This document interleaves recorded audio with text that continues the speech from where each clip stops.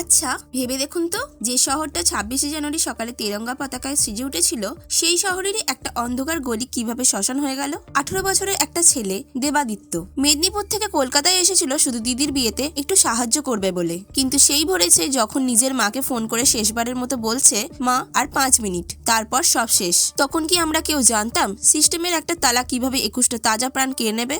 আজকের এই ভিডিওতে আমরা কোনো খবরের হেডলাইন পড়বো না। আজ আমরা একজন বন্ধুর মতো কথা বলবো সেই সত্যিটা নিয়ে, যা আনন্দপুর ওই পোড়া ধ্বংসস্তূপের নিচে চাপা পড়ে আছে। কেন 21টা পরিবারকে তাদের প্রিয়জনের বদলে শুধু কয়েকটা হাড়ের টুকরো বুঝে নিতে হলো? ভিডিওটা শেষ পর্যন্ত দেখুন, কারণ এই গল্পটা হয়তো আপনার বা আমার পাশের বাড়ির ছেলেটারও হতে পারত।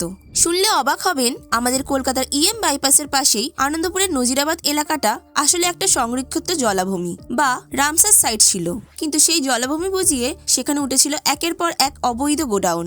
26শে জানুয়ারির ভোর রাত তখন 3টে হবে, যখন আমরা সবাই গভীর ঘুমে। ঠিক তখনই পুষ্পাঞ্জলি ডেকোরেটার্সের গুদামে প্রথম আগুন লাগে। সেই গুদামে ছিল থার্মোকল, প্লাস্টিক ফুল আর দাহ্য কেমিক্যাল। কয়েক মুহূর্তের মধ্যেই সেই আগুন পাশের ওয়াও মোমোর গোডাউনে ছড়িয়ে পড়ে। সব থেকে ভয়ঙ্কর ব্যাপার হলো, ওই রাতে গোডাউনের ভেতরে প্রায় 40 জন শ্রমিক ঘুমোচ্ছিলেন, কিন্তু বেরোনোর কোনো উপায় ছিল না। স্থানীয় মানুষরা বলছিলেন চুরির ভয়ে মালিক নাকি বাইরে থেকে কোলাপসিবল গেটে তালা মেরে রাখতেন। ভাবা যায়, যারা ভেতরে কাজ করছে তাদের তালা বন্ধ করে রাখা হয়েছিল।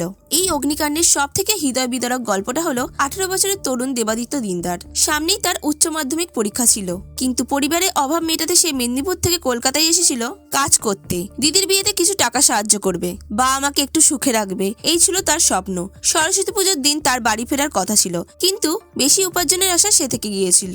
25শে জানুয়ারি রাত 10টা নাগাদ সে তার মায়ের সঙ্গে শেষবার ভিডিও কলে কথা বলেছিল, অথচ কয়েক ঘন্টা পরেই ভোর রাতে সেই আগুনের গ্রাসে সব শেষ হয়ে গেল। দেবাদিত্যর মতো অনেক শ্রমিক ওই রাতে শেষবারের মতো তাদের বাড়ির লোককে ফোন করেছিলেন। পঙ্কজ হালদারের কথাই ধরুন না, সে তার স্ত্রীকে ফোন করে বলেছিল, আর 5 মিনিট মৌসুমি, তারপর হয়তো আমাদের আর কথা হবে না। এই আর্তনাদ কি টাকা দিয়ে মেটানো সম্ভব? তদন্ত নেমে জানা গেল, ওই গুদামগুলোর কোনো ফায়ার লাইসেন্স বা অগ্নি নির্বাপক ব্যবস্থা ছিল না, এমনকি দমকলের গাড়ি ঢোকার মতো রাস্তাটুকুও ছিল না। পুলিশ এই ঘটনায় গুদামের মালিক গঙ্গাধর দাসকে মেদিনীপুর থেকে গ্রেপ্তার করেছে। জানা গেছে, এই গঙ্গাধরের ব্যবসা নাকি উল্কার গতিতে বেড়েছিল।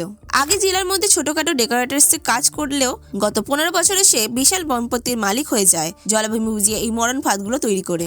শুধু গঙ্গাধর নয়, ওয়ামোমোর মতো বড় সংস্থাও এখন কাঠগড়ায়, যদিও তারা দাবি করছে যে তাদের গোডাউনে অগ্নি নির্বাপক যন্ত্র ছিল এবং আগুন পাশের গুদাম থেকে এসেছে, কিন্তু পুলিশ বলছে লাইসেন্স কারোরই ছিল না।